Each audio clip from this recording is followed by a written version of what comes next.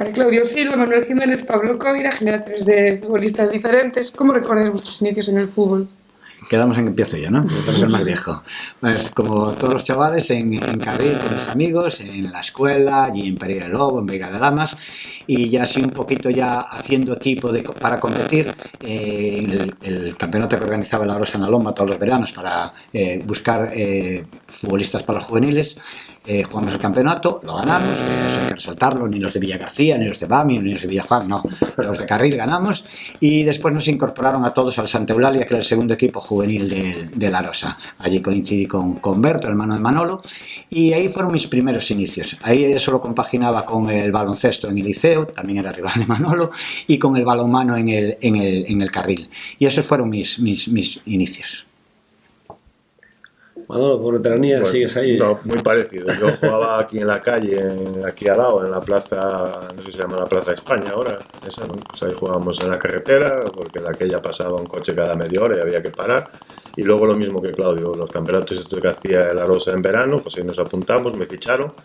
Yo empecé a jugar mucho antes a baloncesto, ya empecé a jugar a baloncesto y estuve jugando a baloncesto y a fútbol el primer año juvenil. El segundo año lo dejé, el fútbol, seguí jugando a baloncesto y en el tercer año, pues bueno, vino Vivero a hablar conmigo, que era el entrenador de juveniles, para que volviera a jugar al fútbol y seguí jugando al fútbol. Y luego ya hubo un momento que ya no se podía compaginar el baloncesto y el fútbol. Yo a veces jugaba baloncesto por la mañana y al fútbol por la tarde. Pero ya cuando ya llegó el momento que había que decidir, pues bueno, me decidí por el fútbol y ahí jugué ya, pasamos, como dice Claudio, a jugar el juvenil de la Rosa y ya de ahí directamente pasamos al primer equipo. Decidió bien, ¿eh? No decidió mal. En aquella época sobre todo. Bueno, yo empecé la escuela de fútbol del Municipal de Arosa con, no sé si eran 6-7 años aproximadamente. Ellos ya un poquito diferente a lo de ellos, ¿no? Ellos ya pues, jugaban más en la calle, a pesar de que obviamente yo también jugaba en la calle. En mi época también se jugaba, no tanto como la de ellos, obviamente. Tú además tenías el presente de tu padre y tu tío. Ya, claro, ya. Yo tenía balones en casa, que me dejaban de ellos, o sea, ya. Y luego con mi hermano también jugaba en la calle, pues ahí debajo de casa de mis abuelos y demás. Pero bueno, básicamente con 6-7 años también estaba la escuela de fútbol organizada ya, pues con equipos de, creo que Benjamín me parece que era, hasta, bueno, ya una vez que pasabas a Levín o infantil ya entrabas directamente en el Arosa, el fútbol de la Arosa. Entonces yo me tocó un poquito más unos entrenamientos organizados, por un poquito porque ya se había creado la escuela municipal de fútbol de la Arosa. Claro, tú debes tener una época mucho más organizada, ellos menos, por eso el salto al profesional, ¿cómo surge?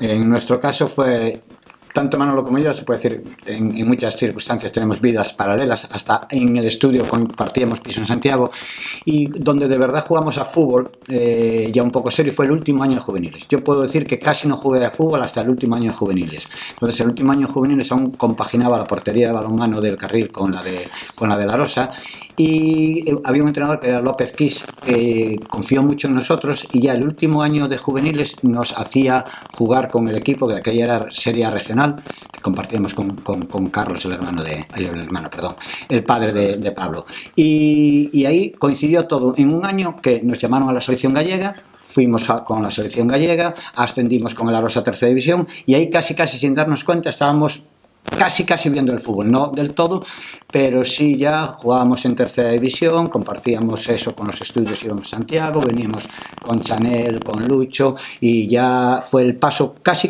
en un año, fue decir, coño, somos futbolistas. Manolo, ¿te tienes que decir algo? Sí, no, bueno, como dices, son caminos muy paralelos, ¿no? Los dos llegamos a la Rosa casi a la vez, los dos nos subieron del juvenil, el último año juvenil nuestro ya jugamos unos cuantos partidos con el primer equipo, ascendimos a tercera división ese año y luego estuvimos 2 años aquí en la Rosa jugando en tercera división y el entrenador nuestro que era en aquel momento que era Viesca, que era un entrenador que era asturiano, tenía muy buena relación con el Sporting, habló de nosotros y primero firmó él y luego firmé yo y llegamos juntos al Sporting. O sea que, como dice él, desde que nacimos me lleva 4 años.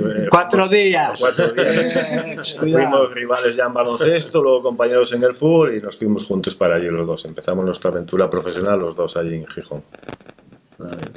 Pues nada, yo pues seguí un poquito mis inicios en el Arosa. Y digamos debuté en tercera con 16 años en el primer equipo de aquí de La Rosa.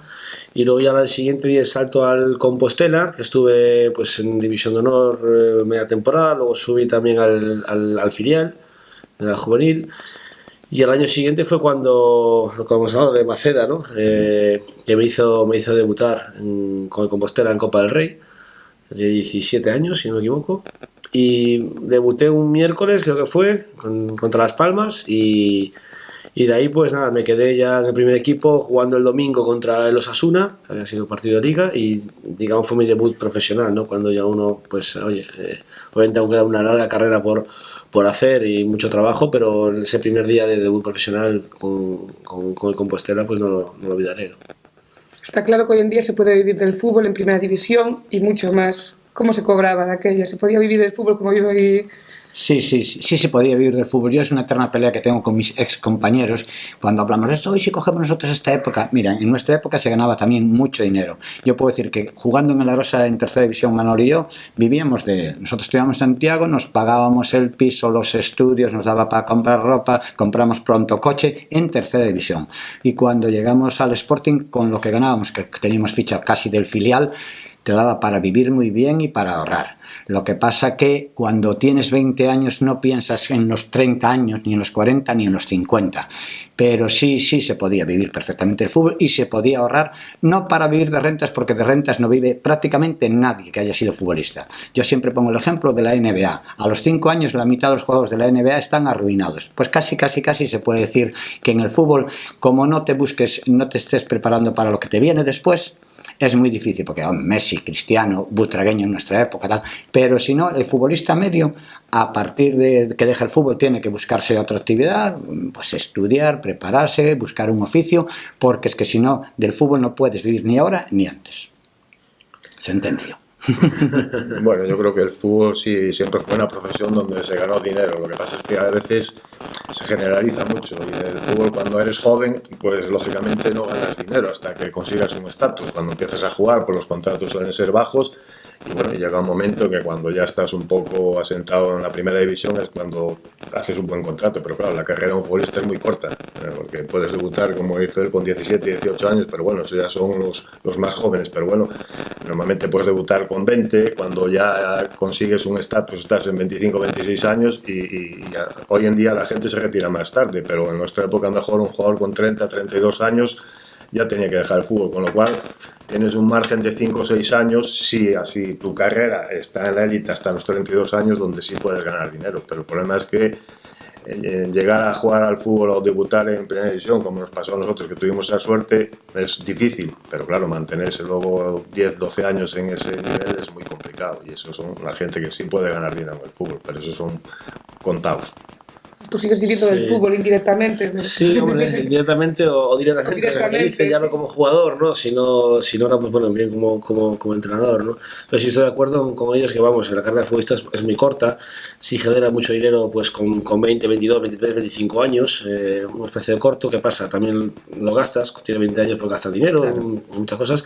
Es como decía, ejemplos de jugadores de la NBA que cobran millones y millones. Y a los 5 años están ganados. El nivel de vida que llevan es como ¿no? Gastan muchísimo dinero. ¿Qué pasa? El problema, mientras lo tengas, no hay problema de gastar. El problema es que cuando dejas de jugar quieres mantener ese mismo nivel de vida y no puedes. Es imposible, ¿no? Entonces hay que saber buscar un poquito no sé si es la balanza o saber controlar cuándo puedes gastar lo que tienes o lo que no, porque muchas veces queremos seguir gastando lo que no podemos, y ahí es cuando vienen muchos jugadores de fútbol, de baloncesto, de tenis, lo que sea, que no tienen esos ingresos como para seguir generando. Yo creo que ahí es un gran defecto que hay en el mundo del fútbol y en el deporte en general, que en lugar de, a lo mejor, de pagar contratos tan altos, preocuparse en preparar al deportista para cuándo tienes que dejar el fútbol. Pero no todos tienen que ser médicos, ingenieros, arquitectos, pero sí saber, chaval, cuando tengas 35 años, ¿de qué vas a vivir? No sé, no tienes 27, 28 años, ahora ganas mucho dinero, también gastas mucho dinero, pero va a llegar un momento que vas a dejar de tener esos ingresos y el nivel de vida vas a querer seguir el mismo. Y yo, desgraciadamente, o afortunadamente, después estuve en banca 25 años y vi pasar a muchos ex compañeros y vi también todo lo que genera después el mundo del fútbol. Y te puedo decir que la proporción es el 50% que al cabo de muchos años no tienen casi para vivir. Aquí también se da, ¿eh? Sobre todo porque Messi y Ronaldo ha ido en la vida. En cada década, en cada generación hay 2, 3, 5, 10, los del Madrid, los del Barça, pero claro, está el Celta, el Depor, el Arosa, el Sporting de Gijón, no sé cuántos, no sé más, que esos no ganan suficiente como para vivir de rentas. Y entonces, ¿qué tienes que hacer? Pues preocuparte de prepararte de qué quieres vivir. No sé, comercial, mecánico, camarero, lo que sea, pero prepárate. No cojas el dinero que ganaste en 10 años y lo fundas en 3. No porque lo malgastes, sino porque te pones un negocio del que no tienes ni idea y al cabo de 3 años dejaste el fútbol, desperdiciaste toda tu juventud y no sabes hacer nada. Bueno, hablamos de jugadores, yo supongo que algunos os marcarían en vuestra carrera, al margen de los que veis en la tele, que jugaron con vosotros, ¿cuáles destacaríais? Empieza tú, que yo hablo mucho. Bueno, pues mira, yo tuve la suerte, digamos, de jugar con Maradona, que lógicamente estamos hablando de uno de los mejores del mundo. Tuve la suerte, pero ya en su última época, de jugar con Cruyff, cuando él ya estaba en el Levante, otro histórico.